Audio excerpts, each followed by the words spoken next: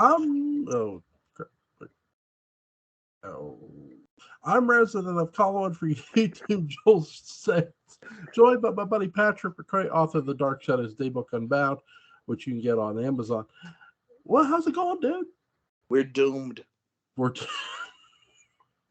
We're doomed.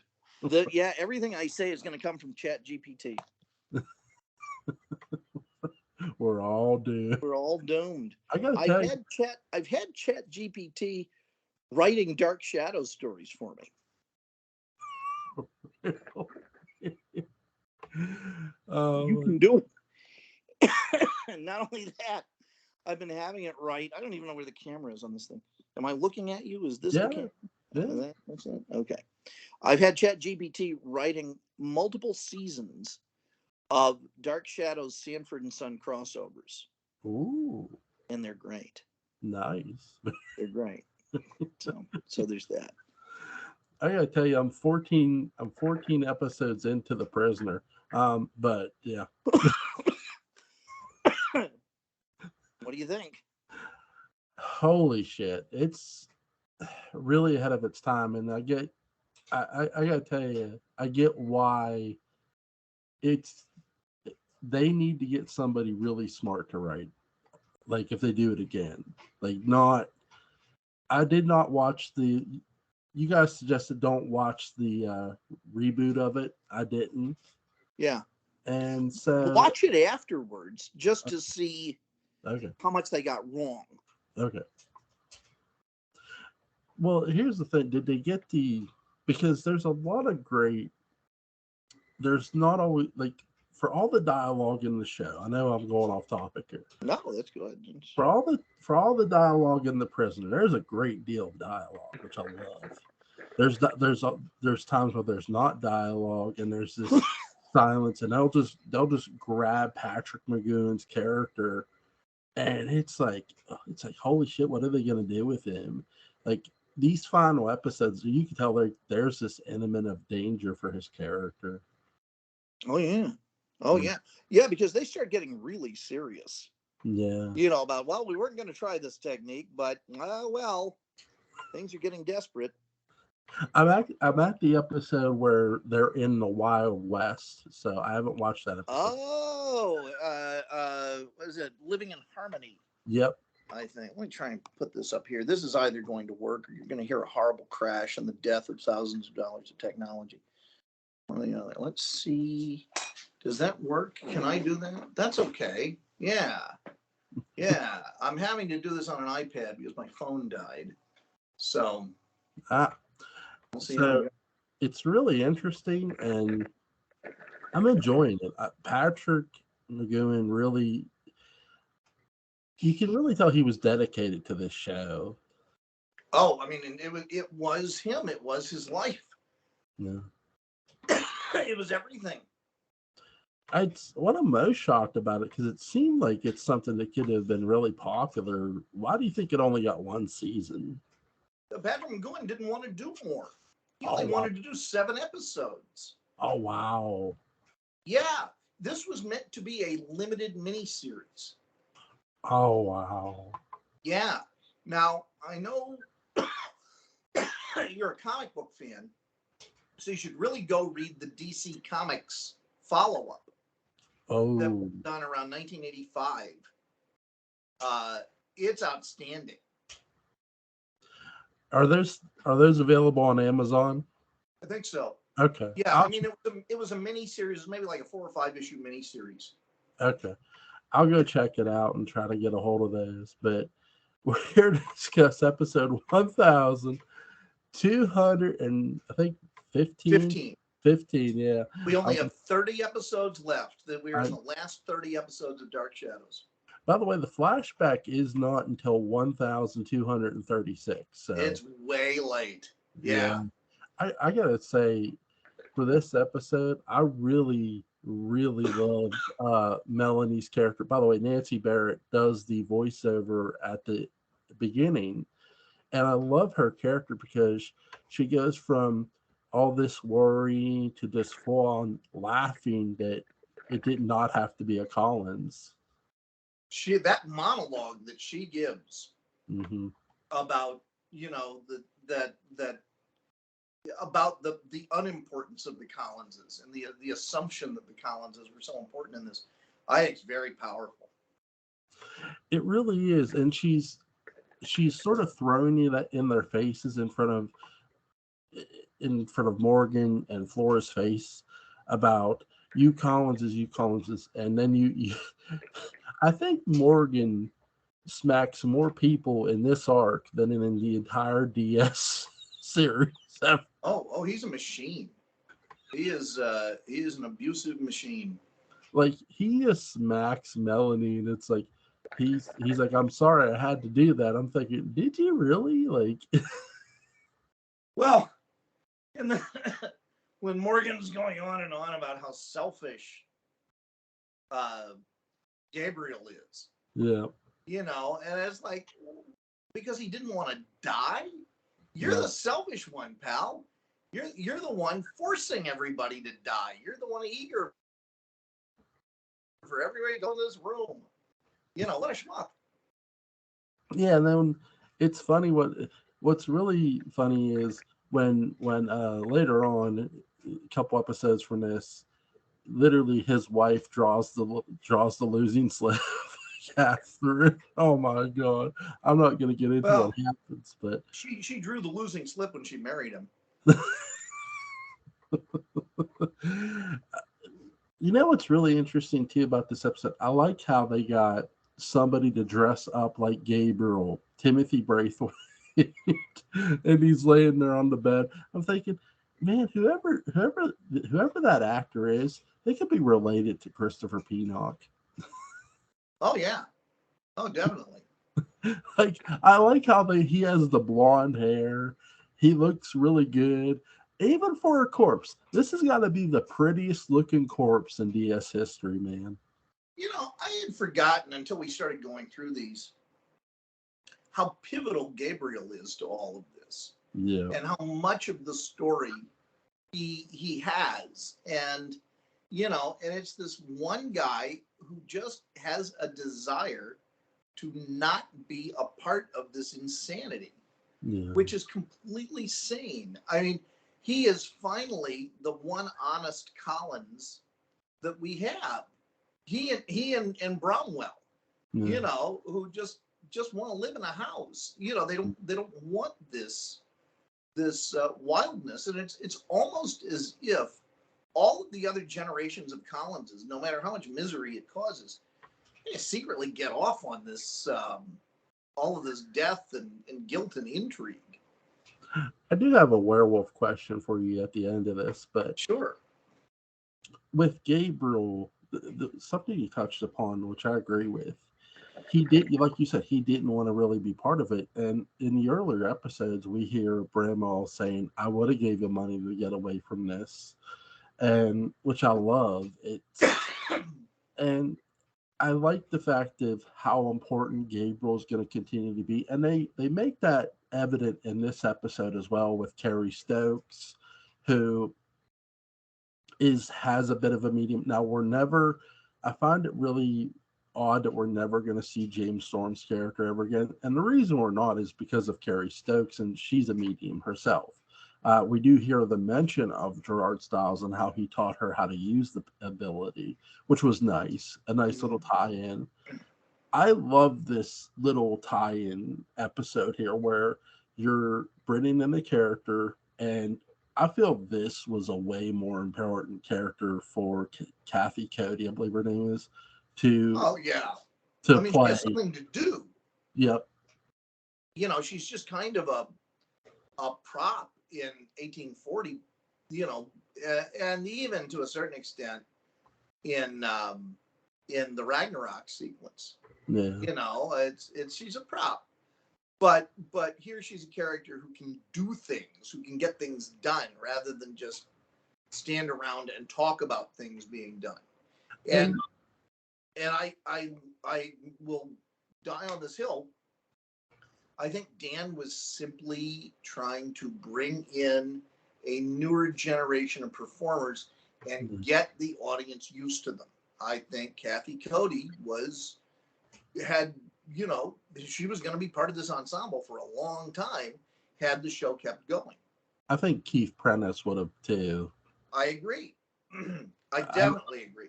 And I don't know if I talked to you about this. I was talking to somebody about it the other day, that I think probably in the back of Dan Curtis's mind, Prentice was a good backup for Jonathan Frid. Yeah. Because if you just swap the hair, their physical features, I mean, they are the most sibling looking family members that I've seen on Dark Shadows, really. I mean, since Joan Bennett and Alexander Moltke. Yeah. And there's times too, if you pay attention to this episode, and there's episodes too where Morgan Collins, Keith Prentice's character, Keith Prentice is in the episode and Jonathan Frid isn't. And I do think that's on purpose at times because they're making Keith Prentice more of the star of the show. Slowly but surely, he's going to be your new it guy going forward. Yeah, I think if they made any mistake with Morgan, and I won't say it's a mistake, but he is, Barnabas comes in as this fearsome character who becomes increasingly lovable.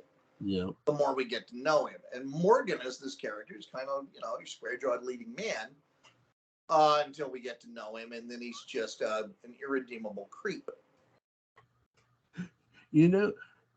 where Keith Prentice really steals this arc, and I'm not trying to jump ahead. No, is when the ghost inhabits his body.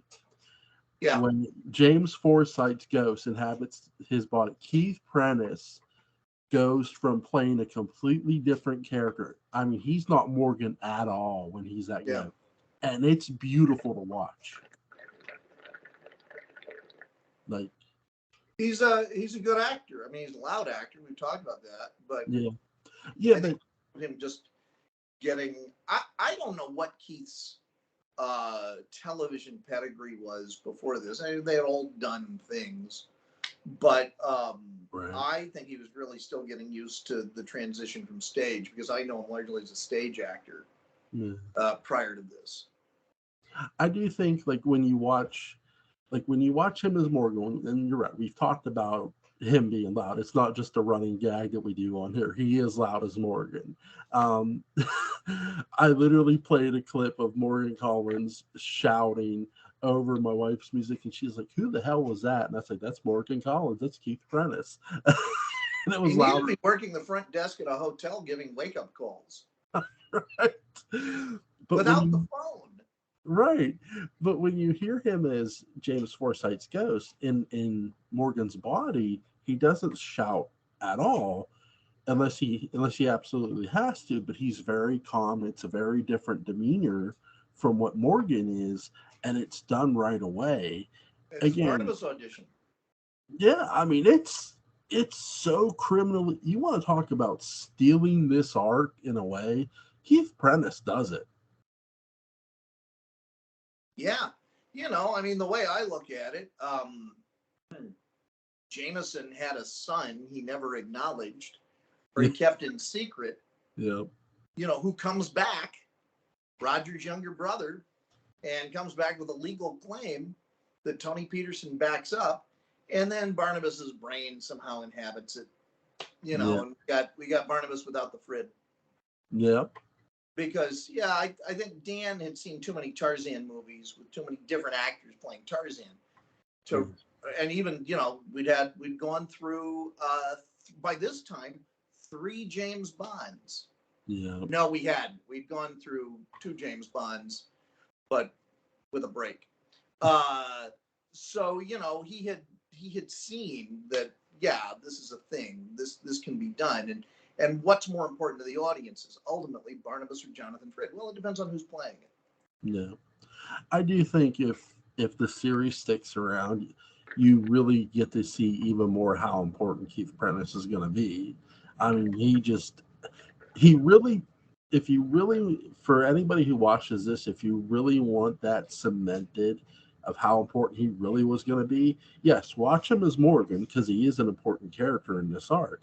But watch Keith Prentice portray those. You all right, buddy?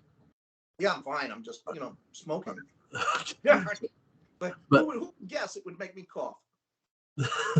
But watch him as the ghost of James Forsythe in Morgan Collins's body, because it's such a 180 to that character. Yeah, it's a great moment. It really is. And I think with this episode here, you see Morgan sort of like he wants to call the cops, and Flora's like, "Call the cops." No, I don't want to do that. Yeah. And he's saying about how he'll say he saw footsteps, and that's how he knew Timothy Braithwaite got in the house. They're trying to do this without mentioning the room. Yeah.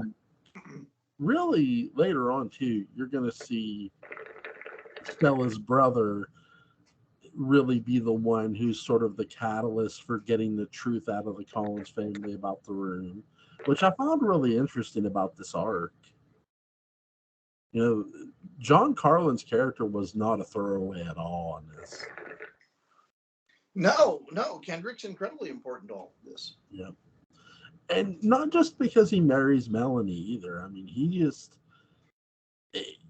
really criminally underrated. A lot of his scenes with David Selby and even Keith Prentice, and the one person who seems to humor him most, even though they have very few scenes together, other than Melanie, is actually Bramwell a bit.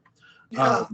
Which I know we saw John Carlin and Jonathan Frid a lot as Willie and Barnabas, but it would have been nice to see a different dynamic between them here as, Kendrick and Bramwell. More, at least more of it. I know we saw a bit of it.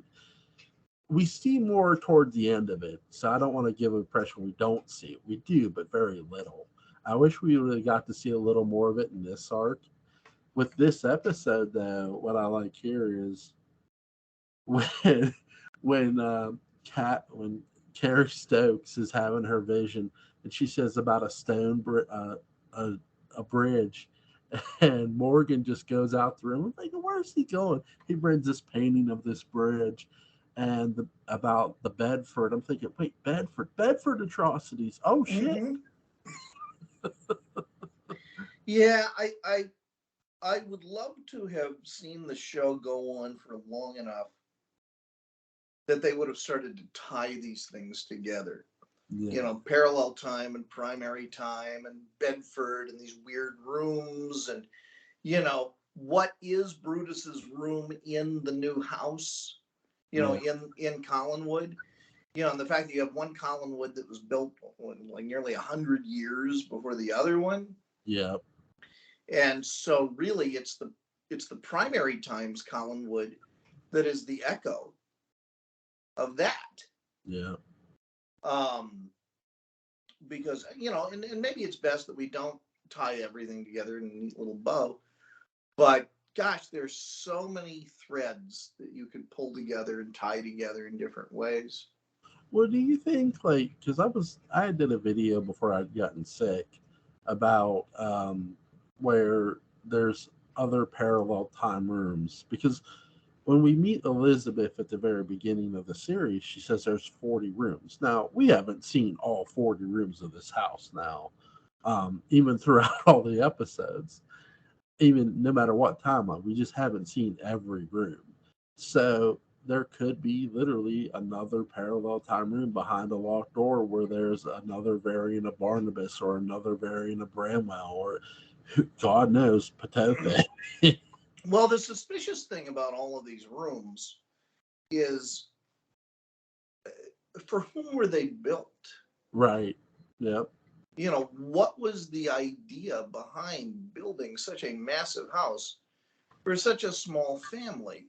Yeah. And so my assumption is that the generation before Joshua was really big.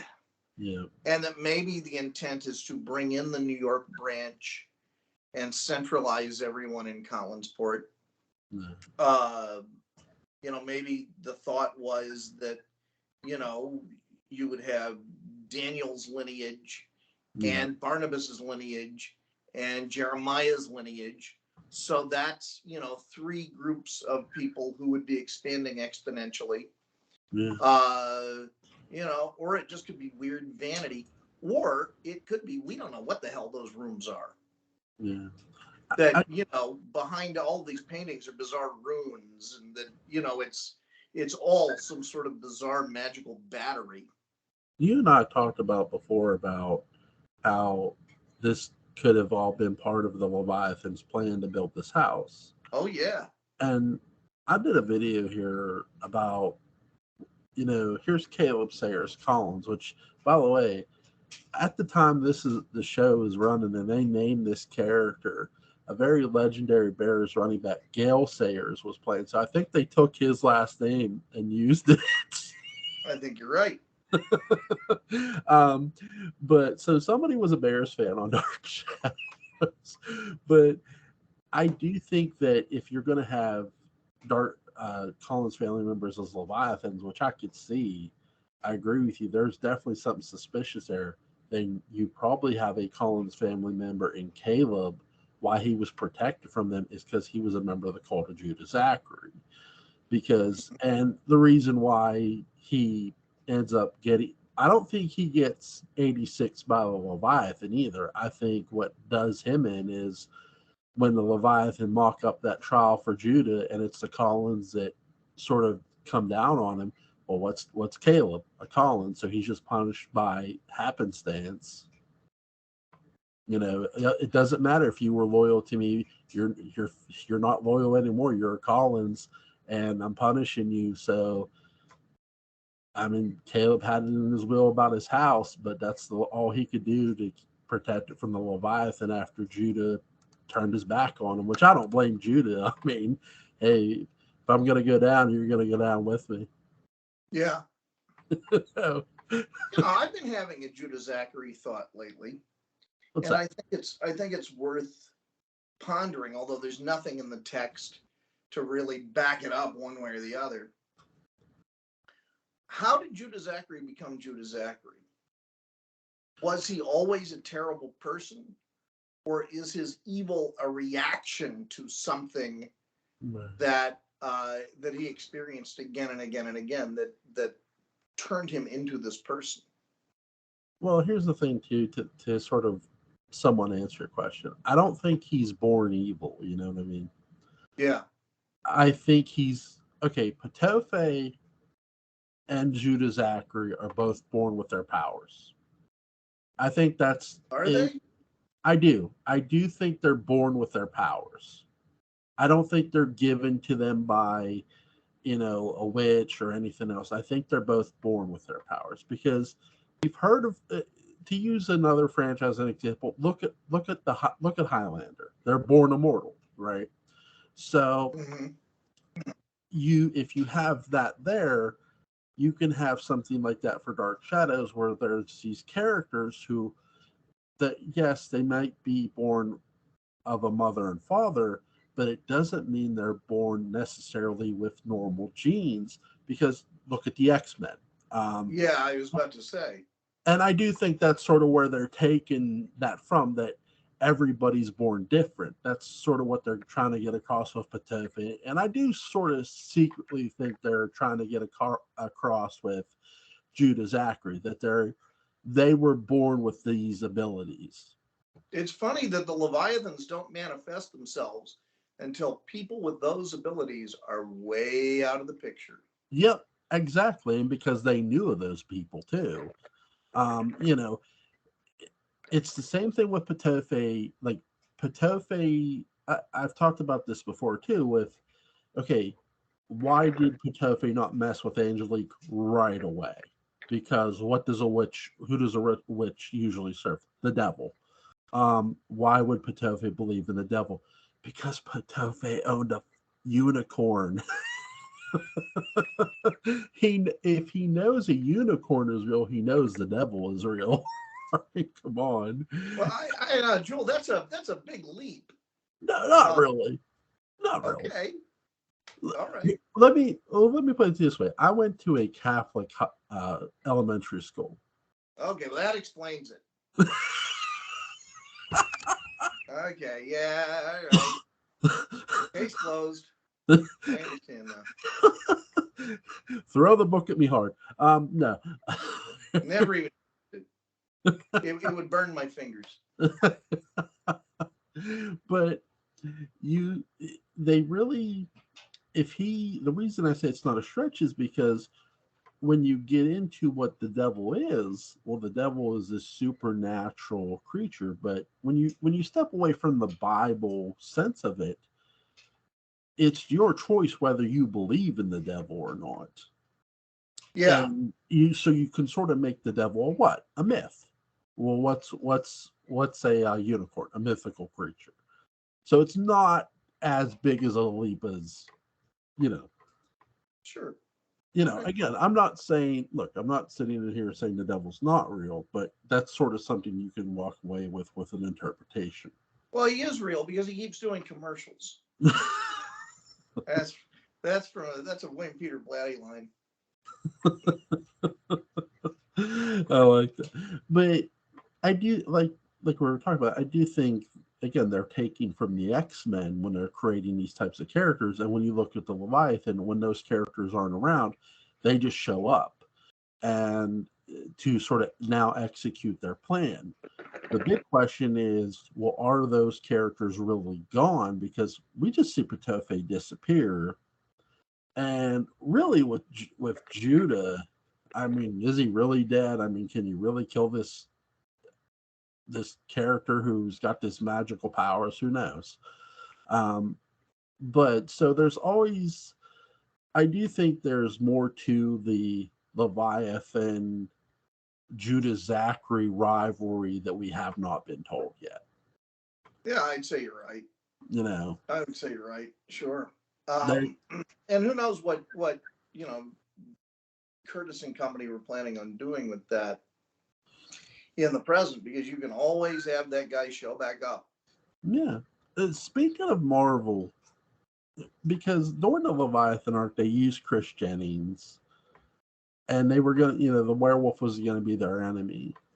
And I'm not sure what Marvel was doing at the time Dark Shadows was on with the Incredible Hulk. I know years go by where Bruce Banner can control the transformation and the Hulk itself at times. I sort of wonder if that's what they were going for with Chris Jennings and the werewolf. Yeah, because doesn't he start staying the werewolf for longer and transforming at times when the moon's not out? Yeah. So I'm sort of wondering if that's where they were trying to go. And if it was, that's a hell of a bold move. I mean, they don't completely stay the course. I wish they would have. But it's really, I mean, it's ballsy as hell. Yeah. Yeah, it very much is. What's with this episode, what stands out most for you? Because for me, it's not just the dead corpse, but it's Melanie herself and her reaction to. It's Melanie's monologue that really steals the show. I like how they did the ghost of Justin Collins at the end too. It's nice to see David Earth back. It is. I like how Melanie's all alone, and it doesn't feel out of place either. Like she's coming down the steps, and Nancy Barrett, I mean, she's so thin, and she walks in, and this is, by the way, this is after you see Flora Collins in the mausoleum, and Justin's headstone is in pieces. It's cracked on the floor. Yeah. Yep. And it's so cool how they set this up. It's like boom, boom, boom. And there's the ghost of Justin Collins, and he's telling Melanie, someone else has got to go in the room. You got to hold the lottery again. And it's so, the spirits are not pleased. It's really, really good. Yeah, it was a nice, it brought a nice circularity to everything, I think. I have a question for you. We were talking about doing like, what pro wrestler would you put in Dark Shadows? So is there a pro wrestler you would have put in the cast of Dark Shadows?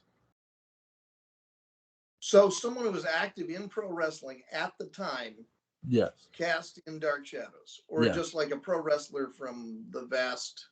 You can pick any era. Oh, I mean, China is some sort of warrior witch. Yeah. I mean there we go right there. Yeah. I think Andre the Giant could have done something interesting on the show.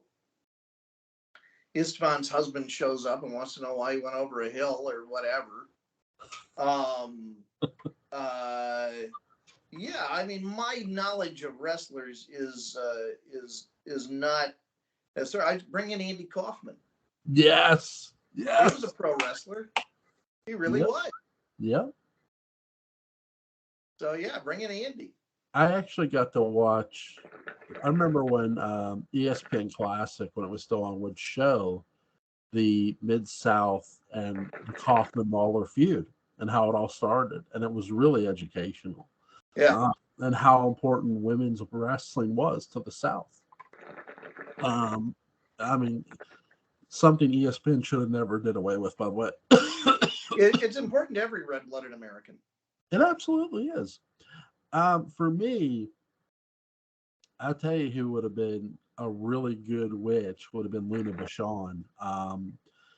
My God, she was she could be terrifying and just outright brutal. And another one too would be Woman from WCW. She was evil looking. I mean, you'd swear that woman looked like she was like Michael Myers' twin or something without the mask on. But for a guy who I'd have loved to see in Dark Shadows would have been Mark Calloway. Would have been the Undertaker. He would have been a lot of fun. Born for the part. That's it. Now what about Kane? Yeah. Well, Glenn Jacobs. It's funny because if you look at the history of Glenn Jacobs as a wrestler, he was actually Isaac Yankem, the dentist in WWF. And after that, he was also the fake Diesel during the fake Razor and Diesel angle. And then he was Kane. But you know who he is now? Yeah, he's the mayor, right? He's the mayor of Knoxville. Yep, he's the mayor of Knoxville. Go vote for Kane. If you want to. God. Shows what flies down here. Yeah. All I'll say. No one, don't get yourself choke slammed on my account. They outlawed. Speaking of Kane and pro wrestlers, they outlawed drag in Tennessee. Really? Yeah, they just passed a bill to outlaw drag. You can carry guns anywhere. You can carry knives of any length. But God forbid you put on a wig and some mascara. Run for the hills. What about during Halloween season? It's apparently a public performance of drag. But I guess going to a party in a dress is fine. So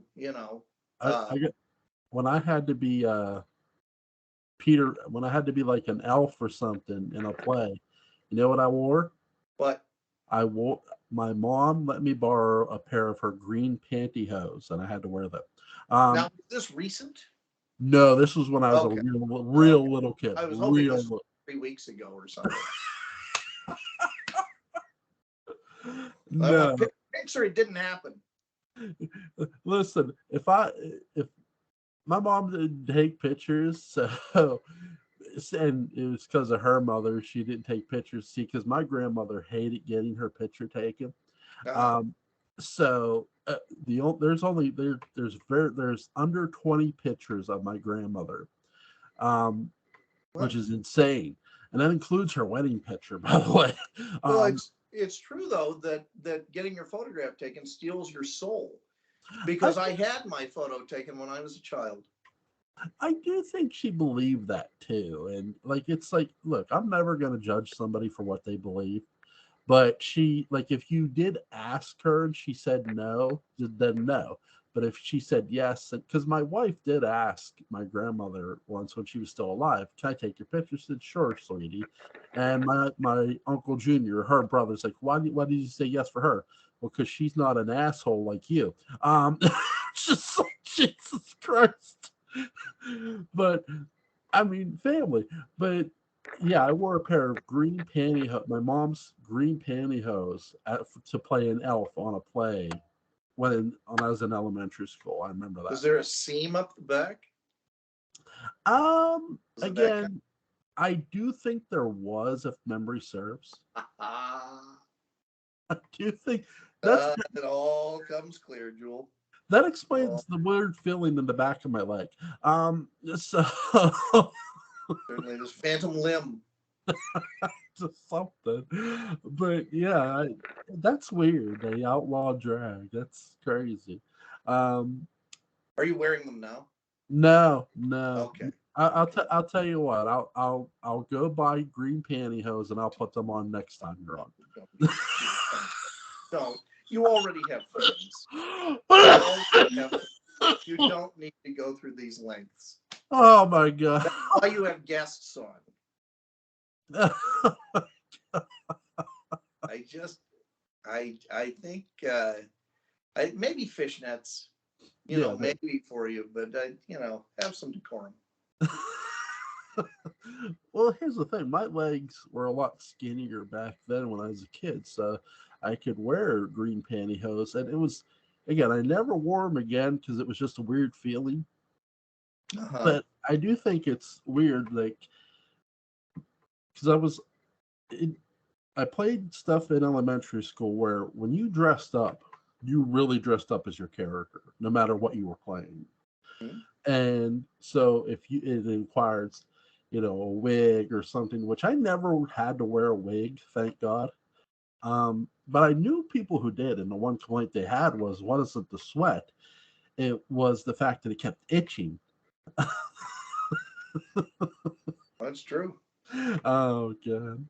But another thing that stands out too, like I said for this episode, again, I love the fact that how they set up for the ghost of Justin. It's so the one I think this is where you look at 1841 Parallel Time. It is really one of the most underrated parts about Dark Shadows, and that's saying a lot. It is. You're right. Uh, is there anything you want to add, sir? The only thing I'll say is I will give a sneak preview of coming attractions. And I mentioned this to you on the phone or on the cab ride over to the studio. Um, I have figured out the point of this, uh, for me at least, because it's all up to interpretation. Right. The point of 1841 Parallel Time, specifically the room and how it ties into the rest of the series thematically. And I am sort of going through a living hell right now of trying to typeset the the daybook Unbound, and so I am. There's probably going to be an extra essay Ooh. in the print version of Daybook Unbound. There may be several extra essays, um, specifically addressing that because I think you got sort of Sarah taking care of Barnabas's moral arc, but Yeah. then you've got this whole other situation of people who lock themselves up in houses, Yeah. and what does that mean, and how is the riddle of the room solved? Right. Because it is solved, and Bruce's ghost does go away. Yeah. People are able to do the right thing. And Yeah. so, really, really, what is that right thing? What is that new thing? And I think it's a like all great academic insights, there is an element of, oh my God, that's incredible, and well, yeah, duh. But it takes someone to put it uh, in as few words as possible. So I'll have to find someone else uh, to um, to really sum that all up. How is the daybook the reading of the daybook going on YouTube? How's that? Are you getting good Good, response? good. I got to pick back up on it because I was sick. Uh-huh. So Is it what made you sick? No, no. My wife and daughter had strep throat, and I caught it too. I was taking care of them, and Oh, that's I terrible. I had gotten I have a condition that could kill me. I had gotten the chills, and I couldn't even get out of bed to do podcasts because I had to reschedule with Butch for our Western video, Uh-huh. because I did not do podcasts over this past weekend. So I was just down. I could not do anything. I couldn't even get out of bed. I'm glad you feel And better. yeah, I am feeling a lot better. I'm up out of bed and I can talk a lot better today than 2 days ago. I felt like I couldn't talk. It's nice to be able to get up and move around and not lay around in misery. Good. So I'm going to pick back up on it tomorrow. I'm going to do a really long read along, probably a couple of them. How And far have you gotten? I know I watched the other day, but I don't recall. I'm on see, I think I mistimed your chapters, but I'm on chapter 5, I believe. Okay. So, well, there are parts. It's like split into 3 parts. yeah. And then there are the chapters within that. So it can be you can get them confused. Like what period of the show are you in? Oh gosh. Give me one.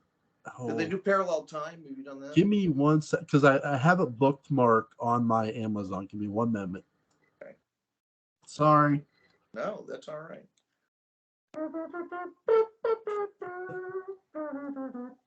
That's the beautiful thing about Amazon. It bookmarks where you left off, which is nice. Oh yeah.